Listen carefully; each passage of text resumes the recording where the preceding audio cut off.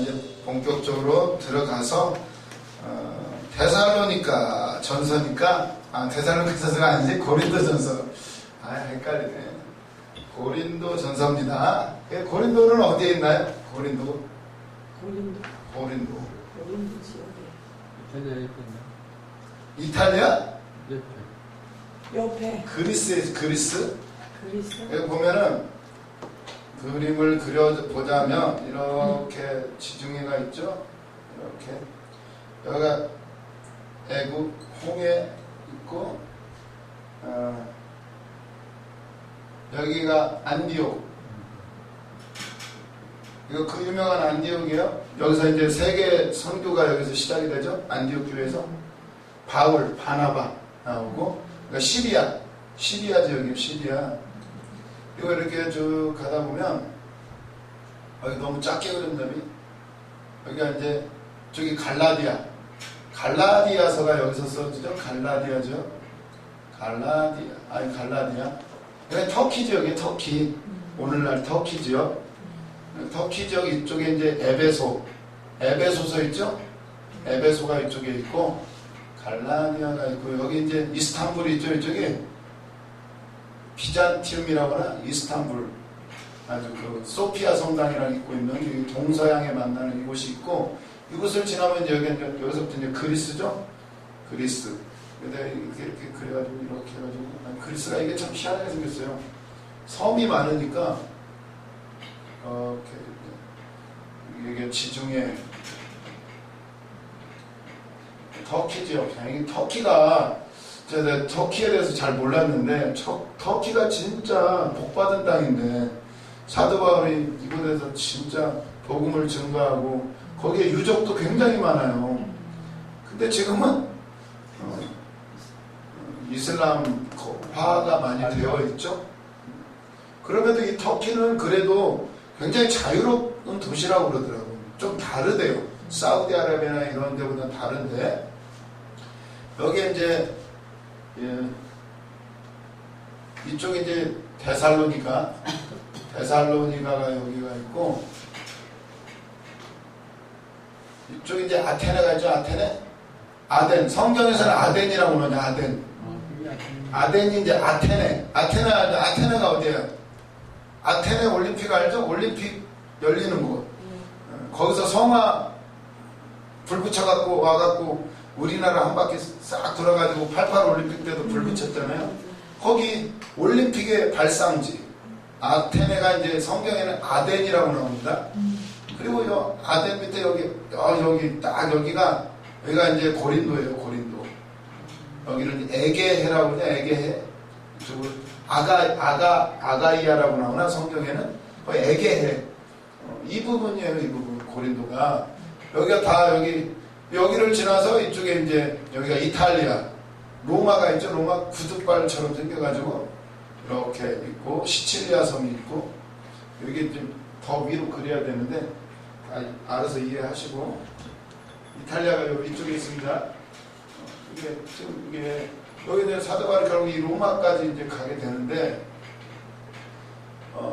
이 1차 선교는 이쪽에서 이루어져요. 이쪽에서 갈라디아 이쪽 지역, 터키 지역에서 1차 선교, 안디옥에서 해가지고 이쪽에서 끝나고 2차 선교가 이제 쭉 한 바퀴 돌아가지고 이렇게 오게 되죠.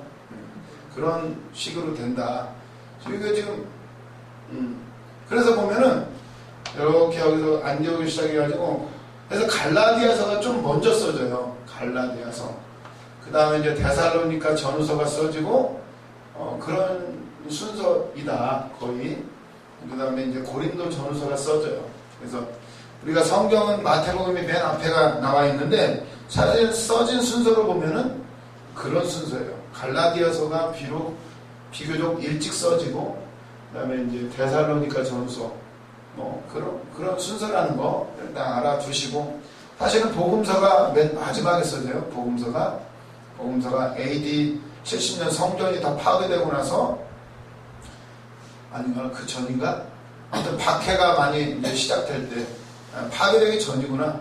전이죠. 아무튼 그렇다는 거 일단 기본 상식으로 알아두시고, 고린도가 이 지역이니까 아테네, 고린도, 그 당시는요 다 도시국가죠. 도시마다가 국가야. 그러니까 이곳은 중개무역, 이탈리아, 또요 터키, 아시아 뭐 이쪽 지역 전부 다 여기에서 많은 교역이 이루어져요. 그러니까 어때요? 돈이 많고 문화가 여기저기 와서 섞이니까 굉장히 문화가 발전해요. 세계사 시간에 그거 배워보시 아니나? 고린도 양식이라고, 코린트 양식, 코린트 양식이라고 해가지고, 왜 기억 안 나시는 역사책에 보면 뭐 기둥 같은 게 있고, 막 기둥이 막 화려하게 막 무슨 막 꽃 같은 걸로 막 무늬가 되어져 있는 뭐 그런 그림들이 나올 거야. 비잔틴 양식이라고 들어봤나? 비잔틴 시대. 그때 이제 천주교 시대죠. 비잔틴이 어디요? 이스탄불이잖아요, 이스탄불. 그 당시 어떤 그 시대상을 반영하는 양식이 있단 말이에요. 근데 이 코린트 양식이 바로 이 고린도 이쪽 지역이 아주 화려하고 약간 어떻게 보면 음란하다고 해야 되나? 형형색색 유혹하는 그런 어떤 무늬 모양들인 거죠. 아주 화려해요, 화려해요. 그런 양식들이 이제 이 고린도 지역 이런 도시예요. 그러다 보면 이 지점에 있다는 거 생각을 해 두시고, 이 도시는요 원래 로마 군대가 공격해가지고 다 부셔버렸어요. 그래가지고 시저 아시죠? 로마 최초의 황제까지는 못됐지만 황제 그 아들이 이제 황제가 되죠. 로마 케사르 줄리우스 시저, 그 사람이 이제 다시 여기를 부시고 나서 다시 고린도 지역을 건설을 다시 했다는 거예요. 그리고 나서 이제 인구가 번창해가지고 BC 27년에는 인구 한 10만 명 정도가 되는 큰 도시로 성장을 해요. 지금으로 해야 10만 명 애게 이럴지 모르지만 그 당시에는 어마어마한 도시예요. 얼마나 큰 도시였는지, 그 당시에 거기에 극장이 있었는데 극장 규모가 어느 정도 1만 8천석 18,000명이 들어갈 수 있는 극장이 있었대요. 어마어마한 크기예요. 우리나라에서 제일 큰 교회 순복음교회가 만석, 그리고 저 윤석철 목사님 교회가 12,000석이에요. 어마어마하게 크잖아요, 예배당이. 근데 그 당시에 극장이 18,000명이 들어간다라면은 어마어마하게 큰 도시예요, 이 고린도가. 그 정도로 돈이 많고 맨날 극장에서 뭐해? 맨날 극장은 왜 가요? 거기서 놀고 먹고 마시고 즐기고, 거기서 또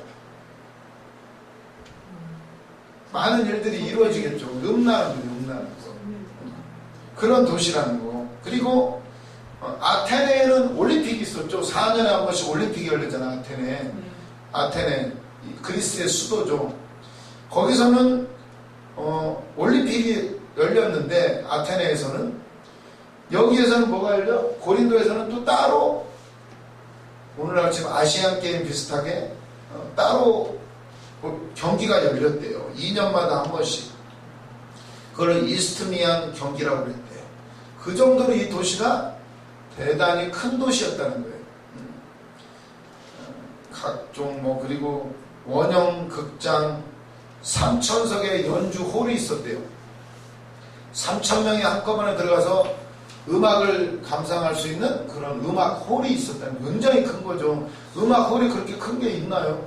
3,000명이 한꺼번에 들어간대. 아, 그런 교회 있으면 얼마나 좋아. 3,000명이 한꺼번에 들어가. 그 정도로 큰 게 이미 있었다는 거예요. 그러니까 얼마나 번창한 도시야. 김은아 수사님 뭐가 있다고? 네? 몇 명이 들어간다고? 몰라도 돼. 그건 잘 기억 안 해? 그런 건 기억 안 해도 되는데. 그리고 또 중요한 건 뭐가 유명해? 고린도에는 신전이 있어. 신전이 해발 600m 산 위에 아프로디테 신전이 있어요. 아프로디테 많이 들어봤죠? 네. 사랑의 여신 아프로디테. 그러니까 벌써 그거만 있는 게 아니라 포세이돈 그리스 로마 신화 읽어봤죠? 그 신전이 다 있어요, 여기에 고린도에. 그러면 거기서 제사만 지내느냐? 그 당시 제사는 뭐야? 짐승을 바치고 또 뭐를 하는 줄 알아요?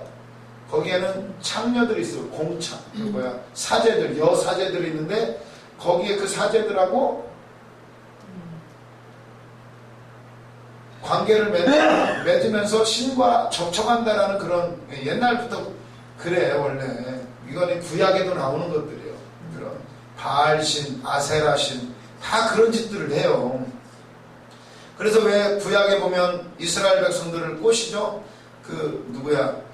발람 선지자가 알려줘가지고 그 꼬시잖아요. 그 여자들을 보내가지고 우상의 제물을 먹게 하고 행음하게 하였더라. 그게 이제 우상의 제물을 먹고 제사 지내면서 그 짓을 하고 나서 어떻게 돼요? 하나님이 진노하셔가지고 다 죽이죠. 그때 나온 고스비하고 뭐야 그 추장 아들. 그때 죽죠. 또 이스라엘 족장 아들이 죽어요. 그때 비느하스가 나와가지고 창으로 찔러 죽여가지고 그 덕분에 비느하스가 제사장 가문이 되죠. 레위. 야 너는 진짜 내 마음을 기쁘게 했다. 하나님 무서워요. 그럴 때는 눈물이 없어. 왜냐하면 그 율법이니까 죽어야 돼. 죄를 지면. 음행이라는 게 이렇게 무서운 거예요. 이게 마음이 갈라지게 만드니까. 그래서 그거를 그런 것들이 고대부터 있었단 말이에요. 여기 고린도에 수많은 신전이 있었어. 그러니 수많은 또 사제들, 창녀들이 있고 거기서 많은 그런 일들이 이루어지고 있단 말이에요. 그런데 하나님의 은혜로 이곳에 바울이 가가지고 교회를 세워요. 성령이 불이 임해요. 방언받고 애언받고 막 난리가 났어. 교회가 뒤집어졌어요. 거기까지는 좋았지. 그런데 문제는 이런 환경 속에서 맨날 하던 짓이 뭐야? 맨날 축제가 있고 올림픽 경기가 있고 극장 가서 하고 돈이 많고 흥청망청 살던 그런 사람들이 불을 받았어요. 성령을. 변화가 됐어요. 그런데 어때요?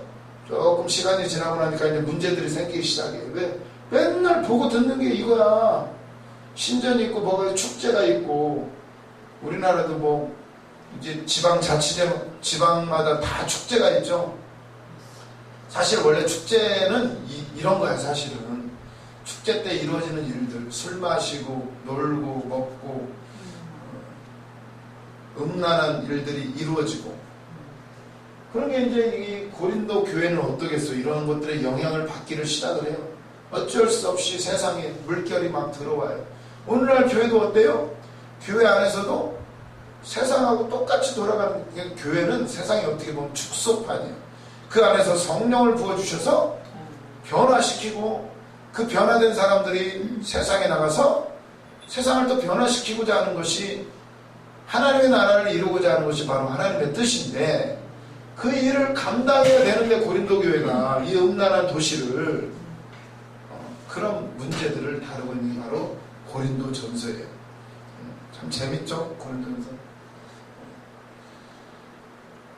바로 이런 지역에 바울이 복음을 증거한 거예요. 근데 어떻게 하다 여기까지 가게 되었는가? 이게 참 재밌어요. 또 가게 되는 배경이 뭐 계획을 세웠나? 보시면 이 고린도에 가게 되는 게 어디에 나오죠? 사도행전에 나와요. 사도행전 2차 전도여행 사도행전 19장부터 이제 고린도 지역에서 이제 사역이 시작이 되는데 가게 되는 것이 이제 사도행전 18장에 보시면 먼저 아덴에 갔어요. 아덴에 뭐하러 갔어? 그 지역을 바울이 복음화를 시켜야 되는데 그리스 지역의 최고의 도시는 어디야? 아테네. 거기에도 신전이 많아요. 거기 알죠? 올림푸스산 아테네. 우리 맨날 역사책 보면 나오잖아요. 올림푸스산 그 파르테논 신전이라고 그거 있잖아요. 기둥집 무너져 있고 뭐 이거 그 언덕에 거기 가서 하는 거예요. 거기 이제 아레바오 광장이라고 광장에서는 항상 뭐를 해요? 철학자들이 철학을 논해요. 거기서 나온 게 뭐야? 소크라테스, 아리스토텔레스, 플라톤이 먼저 나오지. 소크라테스, 플라톤, 아리스토텔레스 이게 바로 아테네예요. 아테네. 철학의 도시. 헬라 철학. 온 유럽을 지금까지도 영향을 미치는 게 바로 이 아테네예요. 정신세계. 정신세계를 로마가 전 세계를 삼켰지만 그래도 정신세계를 담당하고 있는 것은 바로 이 헬라 문화예요. 헬라어가 그 당시에 세계 공용어이다시피 했고 그래서 성경도 헬라어로 써진 거죠. 여기로 간 것도 의미가 있어요. 바울이 그 세상 철학과 한바탕 싸우기 위해서 들어간 거죠. 그래서 나온 게 사도행전 18장이에요 18장 18절 한번 펴보세요. 아 좋네. 18장 18절 얼마나 하나님이 아테네 거기에 바울이 쳐들어가는 거예요.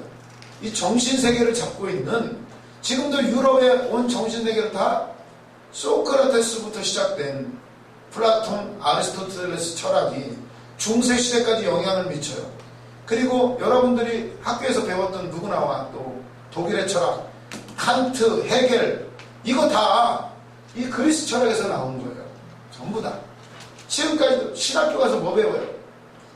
무슨 누구 배워? 어거스틴, 토마스 아퀴나스 이런 거 다 여기서 나와요.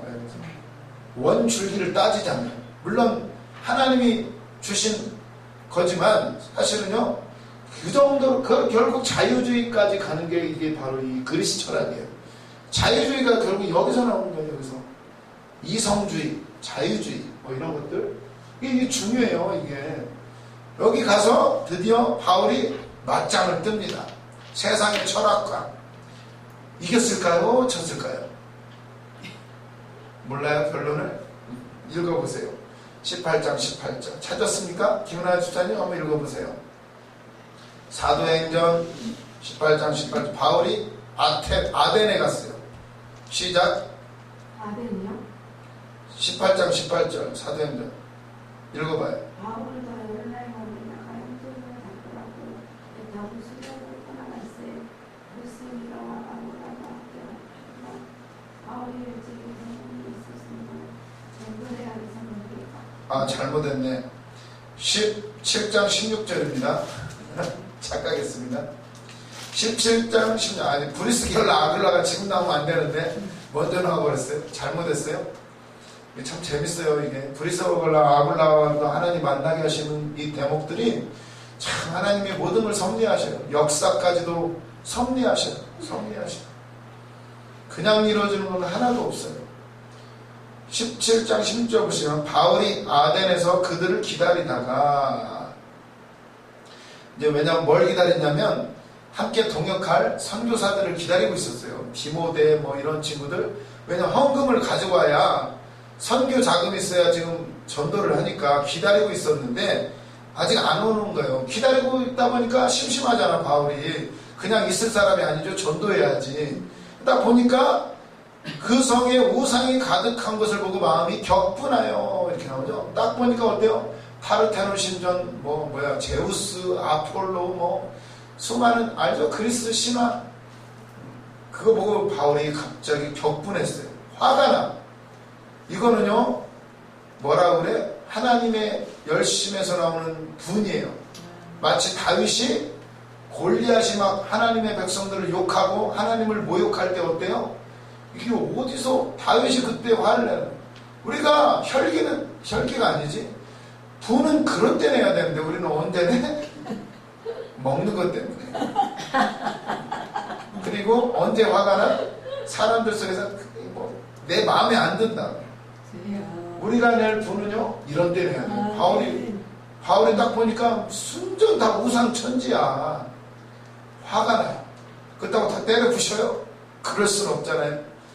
그러니까 이게 마음이 이게 불릴듯이 일어나는 거예요.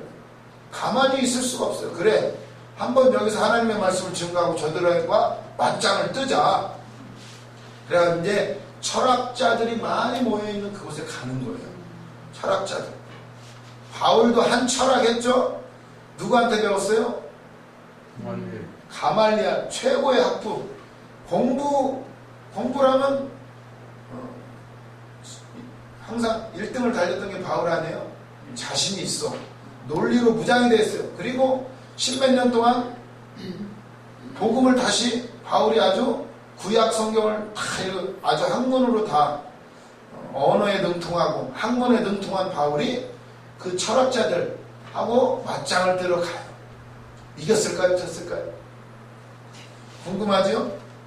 그래서 보면 17절 회당에서는 유대인과 경건한 사람들과 또 장터에서는 날마다 만나는 사람들과 변론하니 바울은요 승깔이 있어. 한번 한다면 하는 사람이야. 회당에 들어가서는 유대인들하고 막 구약 성경을 가지고 이건 바로 예수를 의미하는 거라고 막 아주 그냥 지식으로 싸우는 거예요. 그리고는 또 밖에 시장에서는 그 안 믿는 이방인들 철학자들하고 막 또 변론하고 막 네가 맞다 내가 맞다 야 변론을 했어요. 열심히 지식으로 했어요. 어떻게 됐을까요? 18절 보시면 어떤 에피쿠로스와 스토아 철학자들도 와 배웠죠? 학교 다닐 때 스토아 철학 에피쿠로스 철학 배웠죠? 스토아 철학은 뭐예요? 금욕주의죠? 에피쿠로스는 쾌락주의 생각나죠? 그게 나중에 보면 저 영국에 가서는 뭐야 기억이 안 나네. 똑같이 연결돼요. 스토아 철학 그 쾌락주의 철학이 공리주의로 나가죠. 영국의 공리주의. 공리주의 들어봤죠? 최대 다수의 최대 행복 기억나시나요? 최대 다수가 가장 즐거워하는 거. 이게 에피쿠로스 학파에서 나오는 거죠. 이게요 아주 그냥 우리 지금도 우리의 모든 정신세계를 잡고 있는 게 바로 헬라 철학, 세상의 철학. 이거를 바울이 이 성경과 지식으로 맞짱을 뜨려고 간 거죠.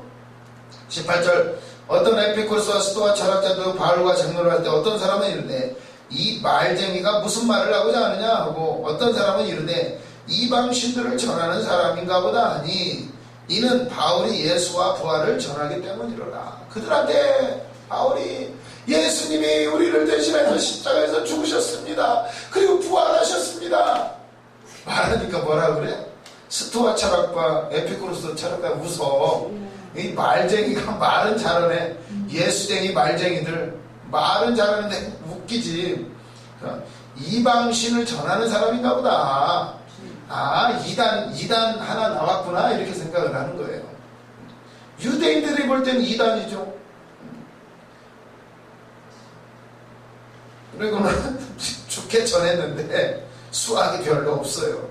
그래서 지식으로는 안 된다는 거예요. 말 설득하려는 건 안 돼요. 그래서 바울이 뭐라 그래요? 하나님이 전도에 미련한 것으로 우리를 구원하시기를 원했다.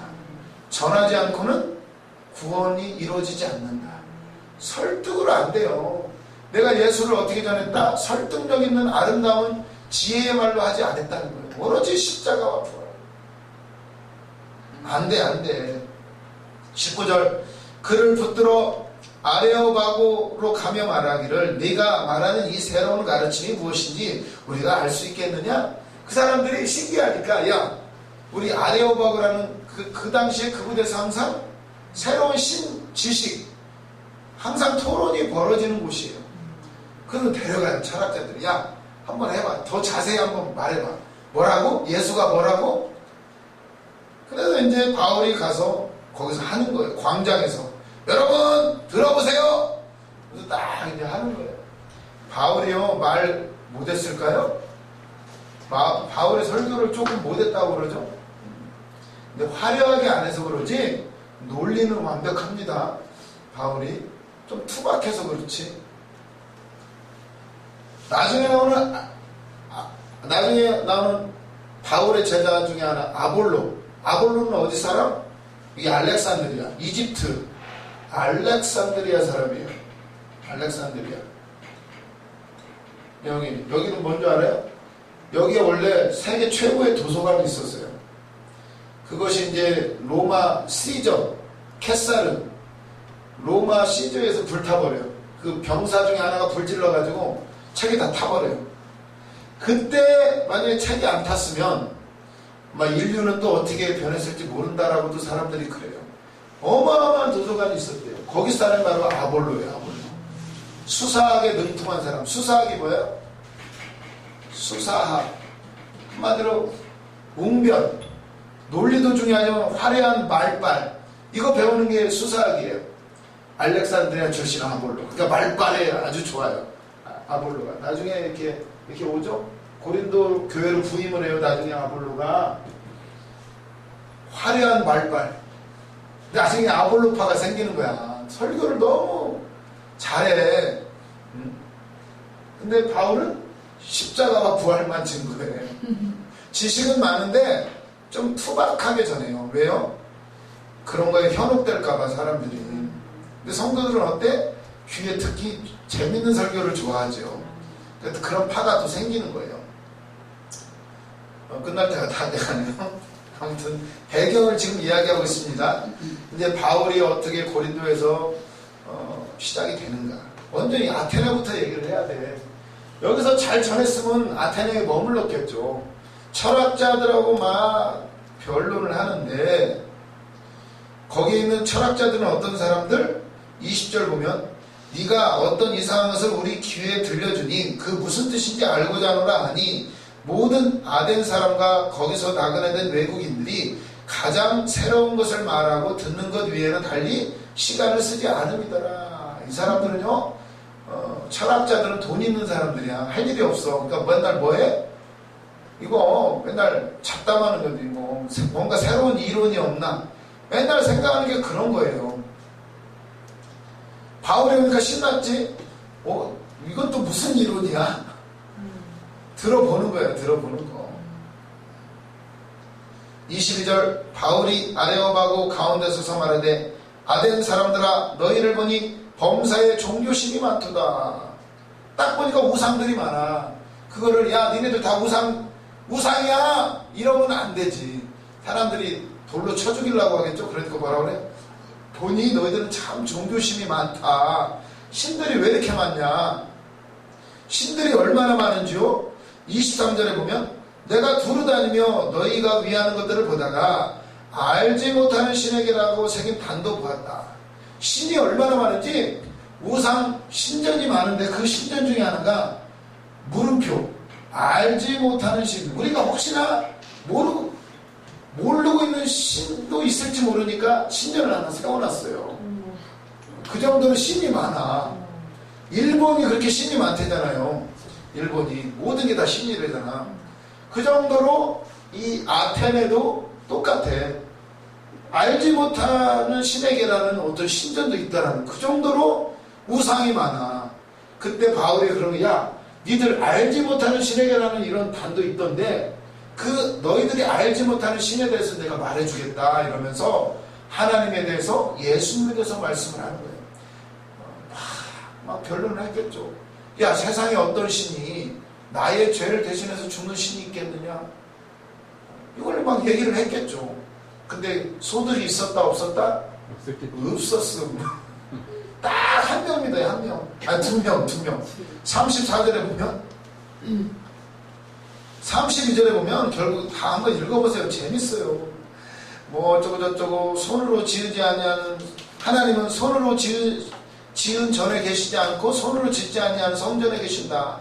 이런 얘기까지 다 하는데도 안 돼. 그러면서 32절에 보면 그들이 죽은 자의 부활을 듣고 어떤 사람은 조롱도 하고 어떤 사람은 이 일에 대하여 네 말을 다시 듣겠다 하니 이에 바울이 그들 가운데서 떠나매 몇 사람이 그를 가까이 하여 믿으니 그 중에는 아레오바고 관리 디오누시우와 다말이라 하는 여자와 또 다른 사람들도 있더라. 다행히 누구만 믿어?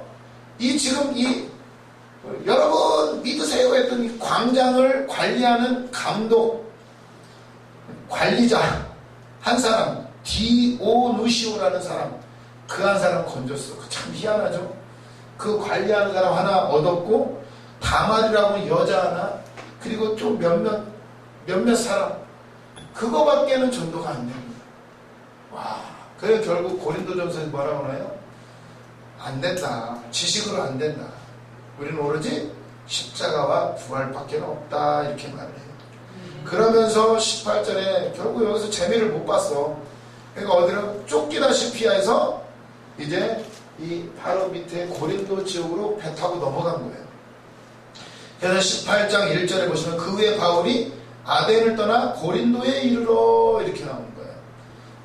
그럼부터 이제 아굴라와 브리스가를 어떻게 만나게 되는가 그 다음 시간에 배우도록 하겠습니다. 기도하겠습니다.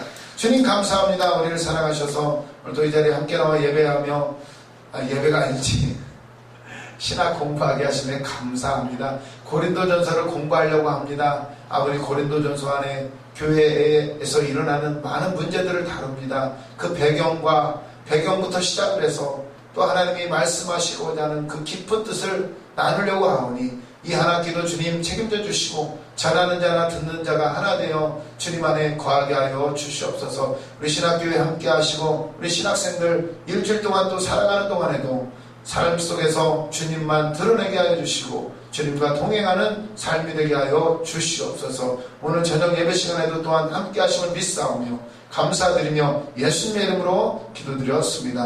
아멘. 수고하셨습니다.